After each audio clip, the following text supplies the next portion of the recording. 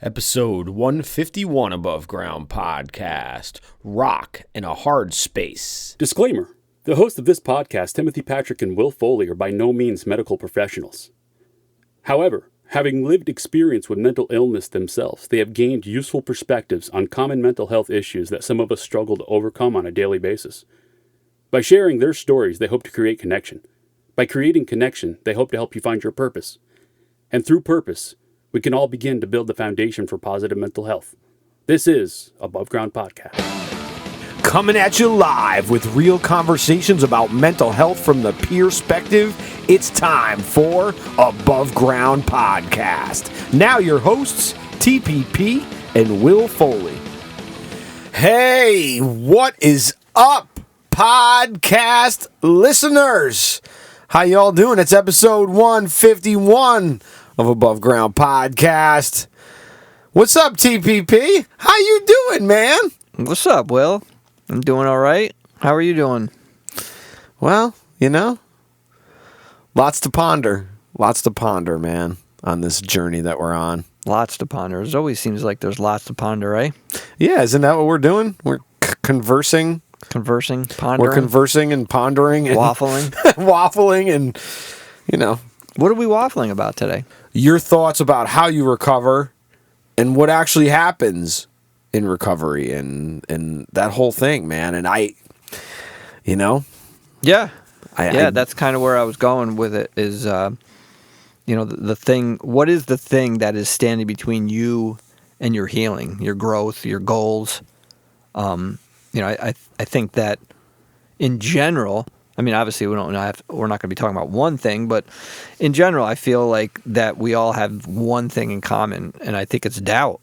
I think we all doubt ourselves in areas and in certain situations, circumstances, so stop doubting yourself, That's really a nice thought to have, to say stop doubting yourself. Well, I try fucking doing it. I know. And the thing is I didn't mean it like that. I was just saying. But I know, but it's like, unfortunately, what I'm starting to realize is that, tips, tools, and all those things are great, but in reality, are they helping? Are they gathering? Are they giving you less space between to where you feel good, or are they making the space bigger? Because I think we're the biggest problem in our own recoveries, right? It's our thoughts about ourselves. That's what I actually wrote. That I wrote my own thoughts and what I tell myself. Right, and what you tell yourself, and the stories we tell ourselves. And the stories we tell ourselves are often not, they're only part of the truth most of the time. Mm-hmm. Most of the time. And then they're also looked at through the lens of your own experience and everything that's led you up to that experience. Sure. So if what's led you up to that experience of crisis, hospitalization, or leaving the hospital and being put back in the community and finding your way back in the community, I'm really finding is a very difficult situation for a lot of people. And I don't necessarily know if tips, tools, medicine, and all that stuff is actually helping, or if it's. And I'm not saying it's not. No, I just think it is. It's something that has been plaguing me as I see things. I mean, in a different light. That again, if you're talking severe mental illness, that's kind of a different story. But again, that. I mean, you've been witness to it. You've seen somebody with severe mental illness on meds and off meds, right? Yeah. And there's a difference. There's a definite difference, okay? No doubt about it. So meds are good. However, what I've learned about people is that when it comes to certain types of illnesses, compliance is never going to happen for a lot. And again, like, we get into autonomy and we get into all these things because there's a slippery slope in there. And I finally connected some dots here from some past episodes when we talked about autonomy. and that space between recovery and crisis, or recovery and illness, like and I'll be honest with you, I don't know if anyone is strong enough to recover fully without, like, I mean, I don't know. I don't know. Like, I've had experiences within the last month or so that have shown me that people with serious SPMI, serious persistent mental illness, it's tends to be a hamster wheel that you're just on. Yeah. You get better, then you stop taking your meds. Well, there you go. And like you said, though, there's that compliance part of it. So it's like you can only help somebody so much. And so that kind of to me answers your question. Do the meds help? Yeah, they do. Right, but when you stop taking them, that's when shit goes bad. But here's the thing about this, though, is that a lot of people in those positions, okay, aren't just dealing with taking meds. They're dealing with all the other stuff that we have to deal with. They're still dealing with trying to find housing. They're still dealing with having to get food. So again, it sucks because we're not all on equal footing. Of course not. And unfortunately, when you have an SPMI, you're even further behind it, because I don't think a lot of people have the capability to see that they're part of the issue, because they are. There's definitely part of that in there, for sure, that they're part of the issue. Right. But how do you get somebody to change that thought? And is it possible to change that thought? And is it possible to bridge the space? Yeah. I think it's definitely possible. Personally, I feel that is most definitely possible, and I think most of them have the strength to do it. Again, it's that self-doubt. We all have the fire. We all have the spark. We just need that extra boost, you know what I mean? And I believe it. I believe that no matter what circumstance you are in, you can decrease the suffering and your whatever symptoms some way. It may not be, you can't look at your neighbor and go, well, he goes to work and, he does this and he buys a Lamborghini. It's like, you can't do that shit. Like, it's the same thing if I have, diabetes and I may have to have medication the rest of my life. That's it. That's where we're at now. Like, I may be able to control it through lifestyle choices, healthy eating and all the other stuff. But chances are, if you have to take medication the rest of your life. That's it. That's how it works. Like, is it unfair? I guess, but I don't know if it's unfair. I think what's unfair is a lot of people who present with these severe, persistent mental illnesses have a lot of the same stuff in the background. I notice trauma, and trauma is still for sure. I mean, starting within the last 10 years to really get the play that it does. And that's part of the problem too. And they're only once you start talking about the brain, it's like, you know what I mean? It's not like, whereas, a cardiologist can go, yeah, this is a pump, and I'm not saying this is easy, but like, our heart's pumping this, and this is what this, in the brain, there's so much to it. Like, you've got neuroscientists out there doing this stuff for years and years, and they can't figure certain things out, and they're learning every day. You know what I mean? So it's like, we're not where we were.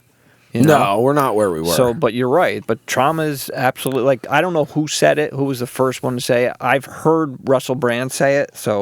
But he said trauma is the real gateway drug.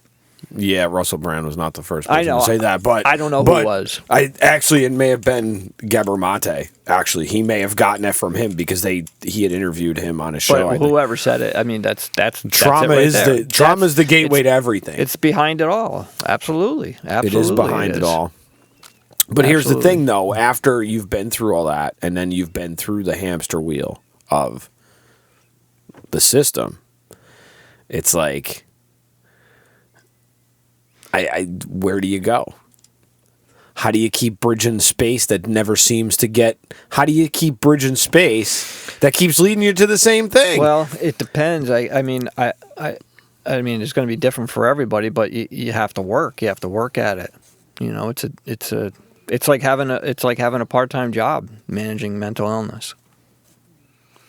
I gotta say, for a lot of people, it's a full-time job. Yeah, and it's a full-time job that they're not capable of handling. A lot of them, which makes me wonder though: is it that they can't handle it?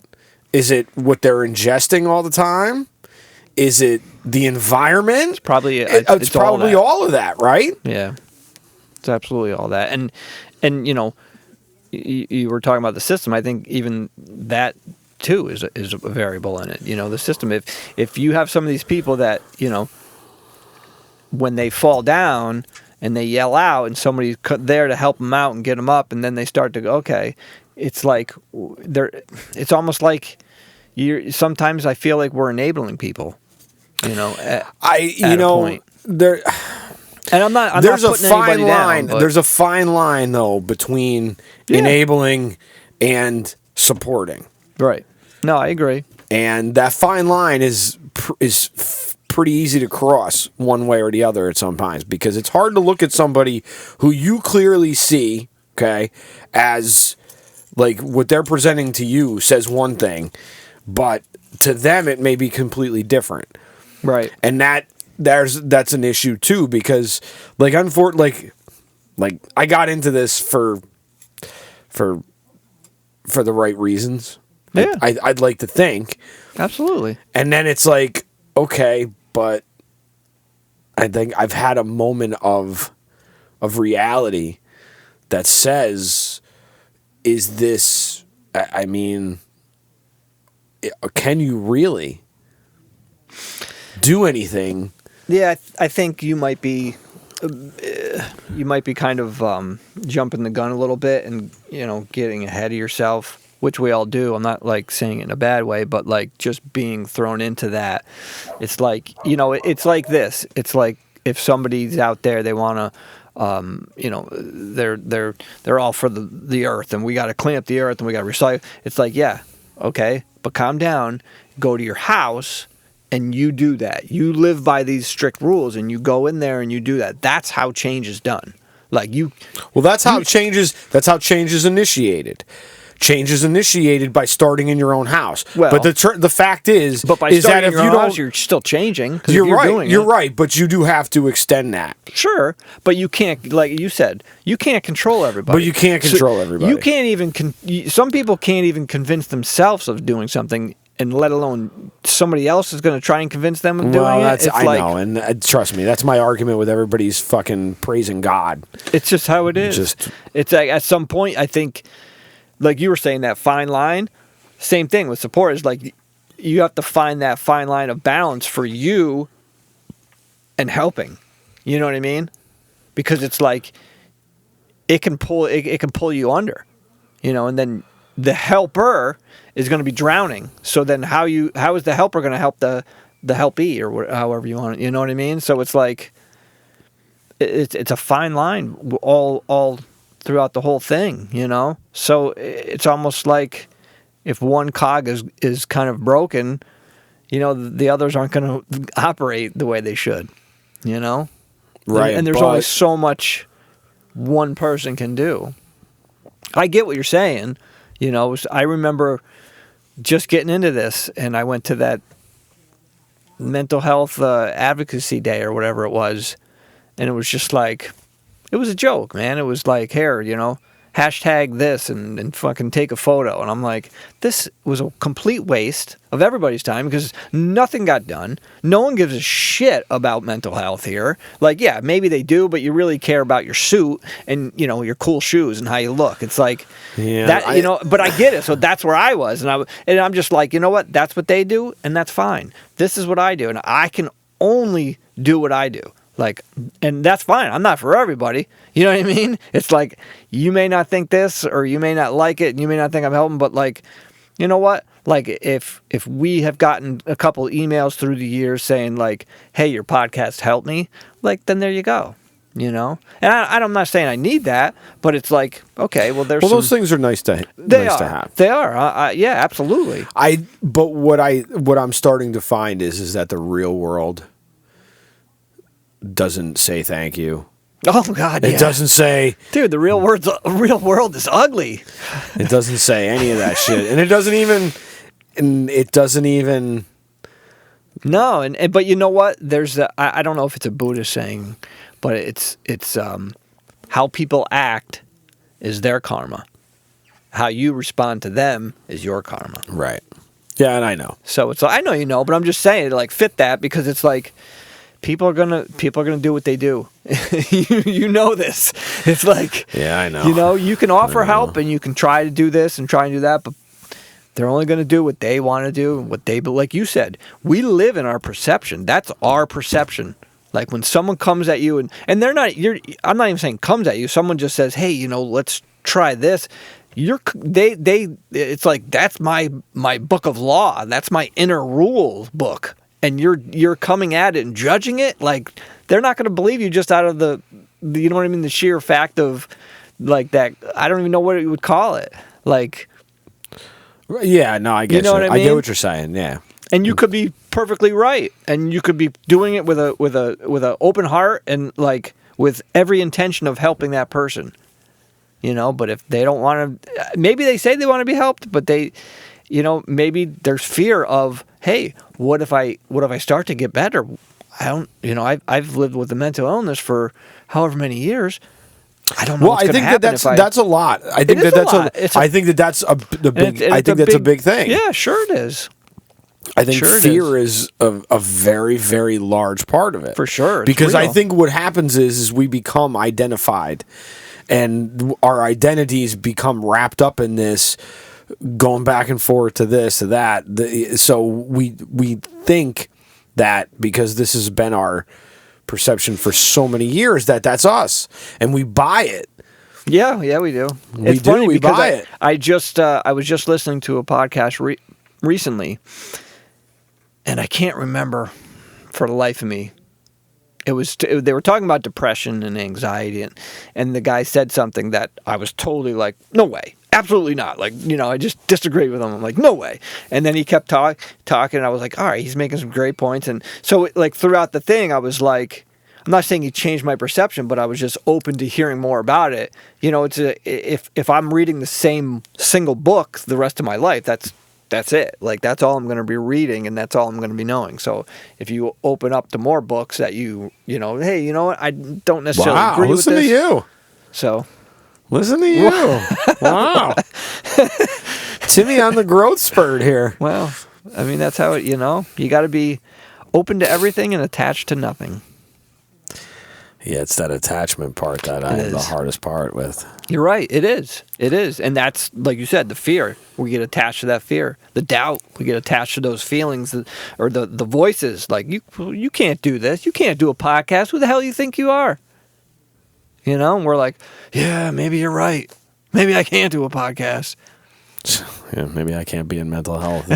Fuck, you can, though. You're the right person for it. It's just, dude, it's a big ocean. It's just a big ocean. You know what I mean? It's a big ocean full of a lot of the same swimmers, man. And it takes years to clean up and learn and, like, try different things. And, like, you know, and sometimes helping is just maybe the person's still in the same spot after a year, but you're supporting them and able to swim. So that's helping, right? Yeah, that's I'm trying to look at it that way. And I certainly am looking at it that way. Because if not, I wouldn't get up in the morning. Right, and I can't say for sure because I'm also on the other side of this too. I'm also on the other side of this too, and I see myself in a lot of these people. And I see that I'm like, none of us are more than a few things happening and we find ourselves in that same spot. Dude, I fully agree with you. Absolutely. That's one of my And I got to be honest with you, if I found myself in that spot, I don't know if I'd come out. I don't know if I would, and I've been struggling with that lately. Yeah. See, I mean, this is just me.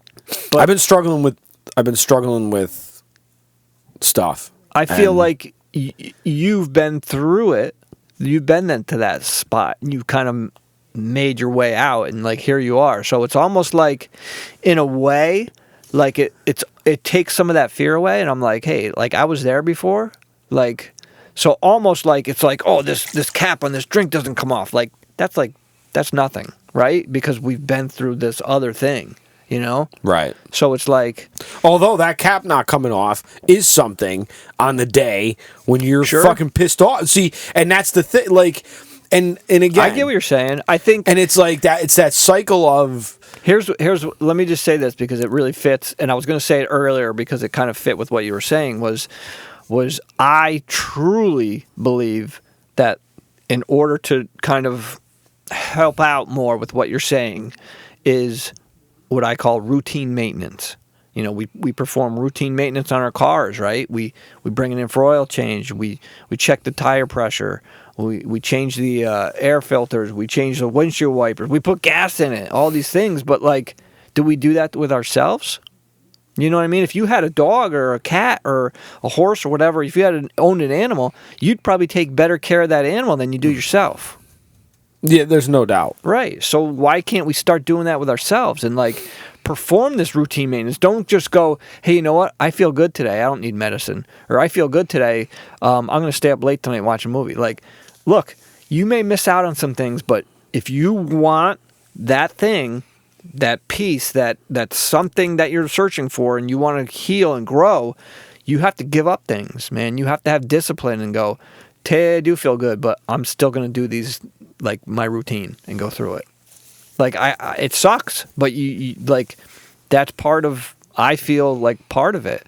Like, you have to go through these routine maintenance and go, you know what? I'm feeling good today, but I'm going to do a quick body scan and just breathe, scan your body and like, all right, I feel a little tense. Maybe do some stretches, shake out a little bit and go, okay. Like, and just say to yourself, today, I can do this, you know?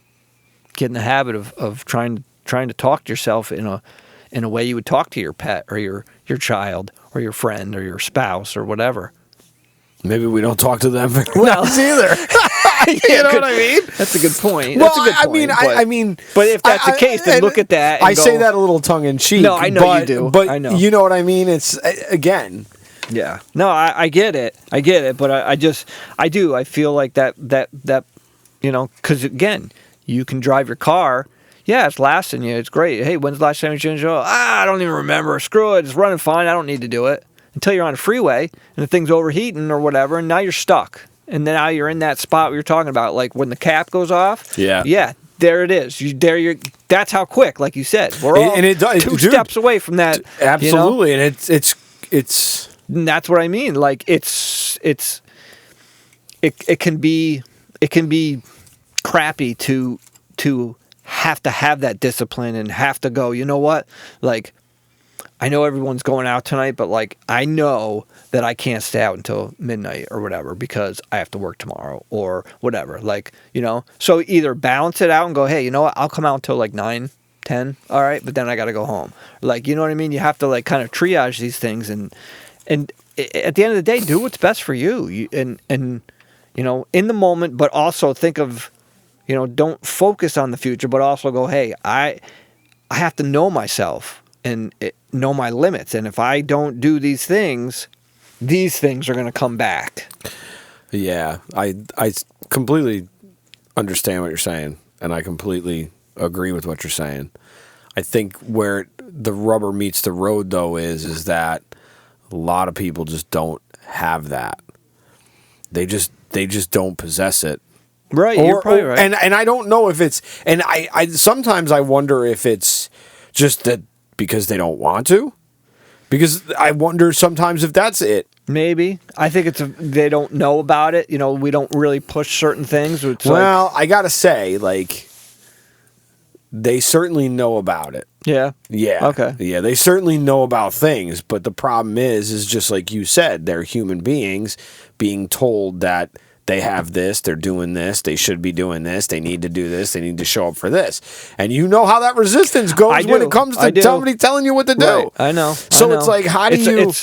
It's that way of, maybe that way of telling somebody, or somebody new coming to the game and saying, hey, you know what, like, these things we can achieve, but we can also achieve them by taking a walk in nature, or going on a bike ride, if that would be possible. Or, you know, I'm just thinking new ideas that could say we can bring these elements in and achieve these by doing this, instead of saying, hey, you need to do this.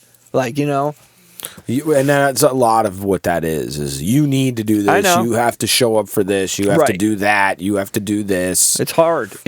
I see and it it's on both hard sides, because it's hard to have somebody tell you as a grown, as an adult, right, or as a grown person, that, you know, you're this, and because of these clusters, you have to do this. But and it's one of those, it's hard to rectify. It is. It's hard to rectify. Right. So the problem with rectifying it is how do you bridge the gap? How do you put the bridge in there for the space to get from point A to point B? How do you keep building little islands?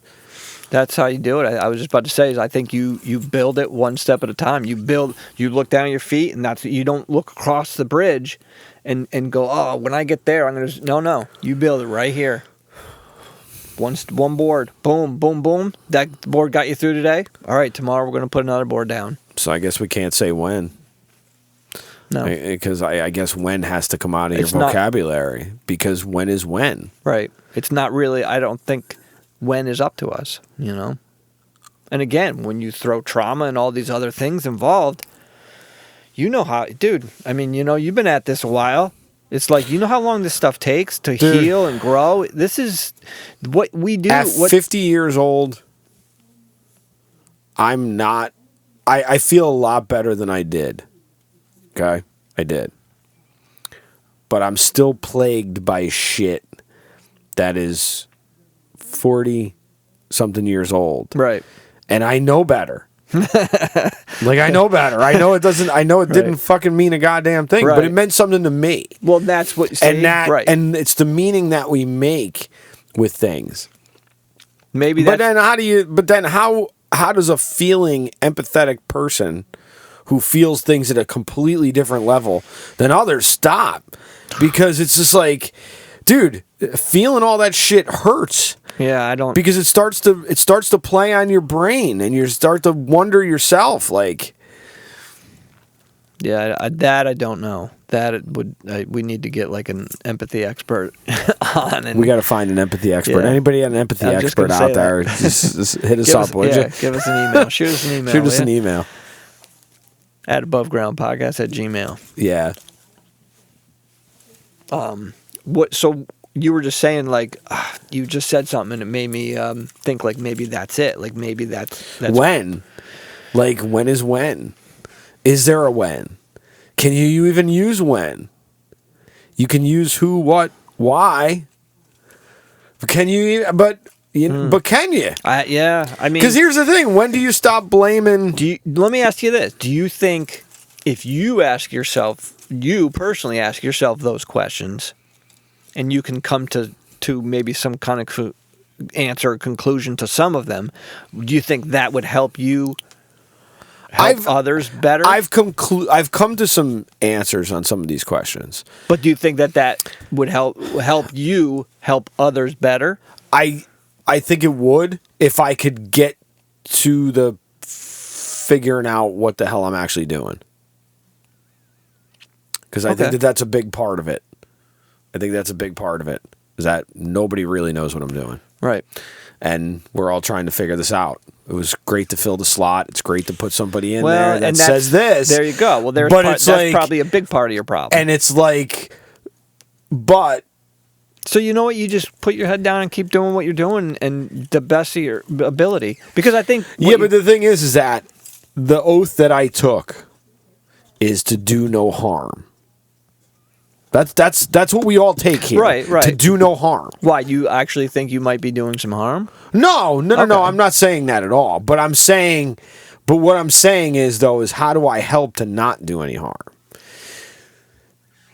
Because the thing is that right now, like, most people I ask certain questions to are on our side of things. Okay, they're out here, they're doing their thing, they're whatever. So they're caught off guard by some of these questions that some people that I'm fortunate enough to have gotten to know now get asked these questions all the fucking time. Yeah, and it's like it's like you're just noise a lot of times. What about if you were to, like, which I'm not. I mean, I'm ignorant to this stuff, so you probably already do this to an extent. But what if you... Maybe I don't, because... But what if you go at it with, like, hey, you know what? I know you're asked this throughout your day or throughout the week, whatever. Is there a better way that I can communicate with you? I will say this. Some people can communicate. Other people cannot, man. And it makes it very difficult. What I've really learned, though, is that a lot of people... And I shouldn't say a lot, but what I see is that there's a lot of people caught between mental illness and developmental struggles. And problem with that is, and I learned this with my mom, and I've learned this, is that as soon as that mental illness diagnosis is there, everything gets shot to that. And it doesn't matter whether it's this or that. It always gets shot to that, because... That's a great point. And maybe that's the point. And that's the problem, too, is that we've separated the two for so long that now you can't include the two, and it's always shot back as that. Because that's what I'm like, I see this in my dailies now, where... I see people who are clearly not able to make normal autonomous decisions all the time, because they're not going to make decisions within the scope of safety. And it's hard, because unfortunately, like, you start to see that. And then you wonder, like, how are you gonna, like...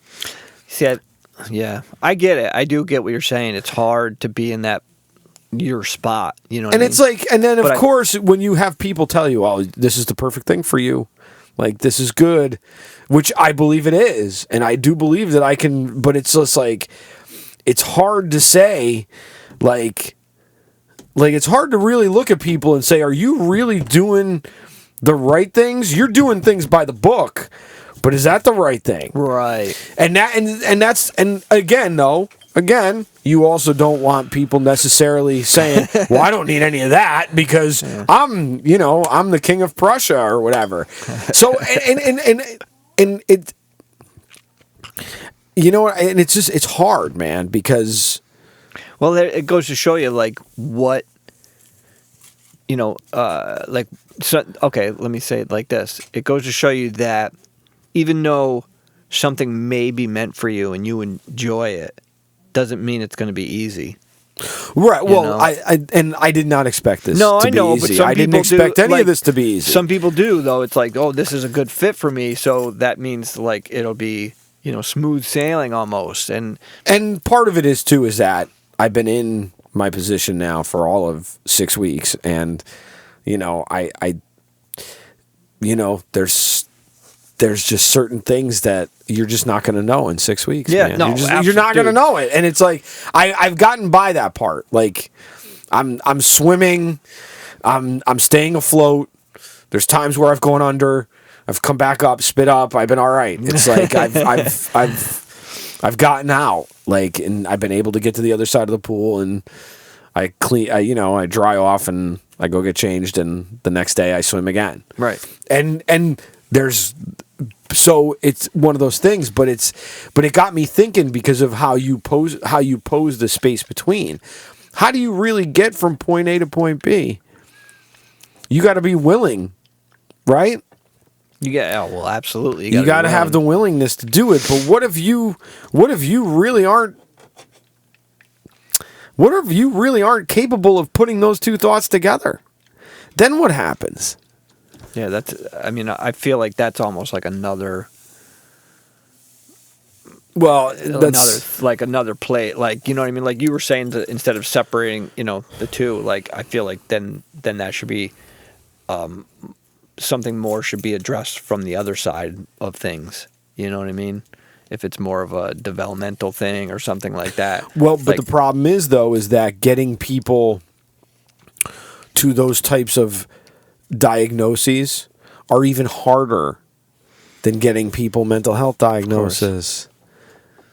Because the thing about developmental disabilities is that it's something that happens from birth. This is my uneducated thought. But it seems to me that they want a lot of like notes to say, a lot of criteria to say, okay, well, obviously they've dealt with this their whole entire lives. There's obviously something there. And then, you find out that obviously they're not able to do this. Now, is it their unwillingness? That's a possibility. But this is more like the line between instead of the space between. Yeah, right. Well, it's a space. There's no line. Yeah. The space is is fucking cavernous, like the Snake River, and that's why evil went up and went down. There's no parachute, man. So for the space for you, like you kind of said, it's a lot has to do with yourself and the way you think. A lot has to do with the way I think. So what could you do to fill that space with maybe something different? It's probably actually going back to the books and reading again and just filling my head with the stuff that was working before. Right. Because the thing is that I've realized this over the last couple of weeks that I've been really having a hard time is that, and unfortunately, man, that cycle. It's like you stop doing you stop doing the practices, and then, you have a couple of good days, and you think it's going to sustain you, and then, you have a couple of bad days, and that couple of bad days runs into a week, and it's... Right. You're right. And then 2 weeks is going by, and it's like... And you're like, Jesus. And it's like, but, the thing is that usually these types of emotions and feelings happen to me right away, and I've been able to keep them at bay enough in certain aspects of my life. I will say that. Well, that's good. That's a step forward. It's a step forward. Right. It's a step forward. It's a goddamn big jump to get over that fucking space, though. It is. But there's not enough life in these legs to jump from that. But there's no time limit. You're not being graded on it. I mean, you might be grading yourself. Well, here's the thing, though, and maybe that's for the next episode of Expectation. Right. Where do we... Yeah, we'll discuss that. Yeah, we'll discuss that in the future. Couple weeks. Jeez. Well, I mean, we filled the space between your ears this evening. Thank you for listening.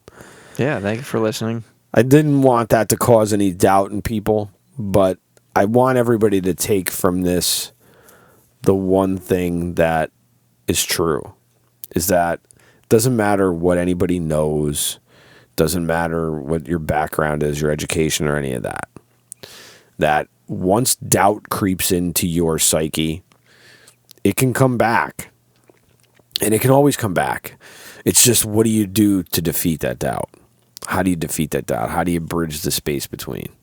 The space between where you are and where you'd like to be. And is it little islands? Is it? Maybe it has to be. Or maybe you build a big island in the middle and you just stay the fuck there and you're just like, well, I'm good. Get a volleyball. Yep, put a volleyball net up and invite people to the party. There's a sandbar. Here you go. If anybody listening has some ideas on what they do or what other people can do to help, you can always shoot us an email at abovegroundpodcast@gmail.com. Yeah. Until next week, be well. Be safe. Be above. Thank you for giving us a listen. New episodes every Wednesday. If you listen on Apple Podcasts, you can share, rate, review, and even subscribe so you'll never miss an episode. Other ways to support the show: follow us on social media, share the content, share our episodes. You can also buy us a coffee at buymeacoffee.com/abovegroundpod. For further concerns, show ideas, or just to say hi, you can email us at abovegroundpodcast@gmail.com. Once again, thank you for listening and supporting mental health. Keep the conversation going and stay above.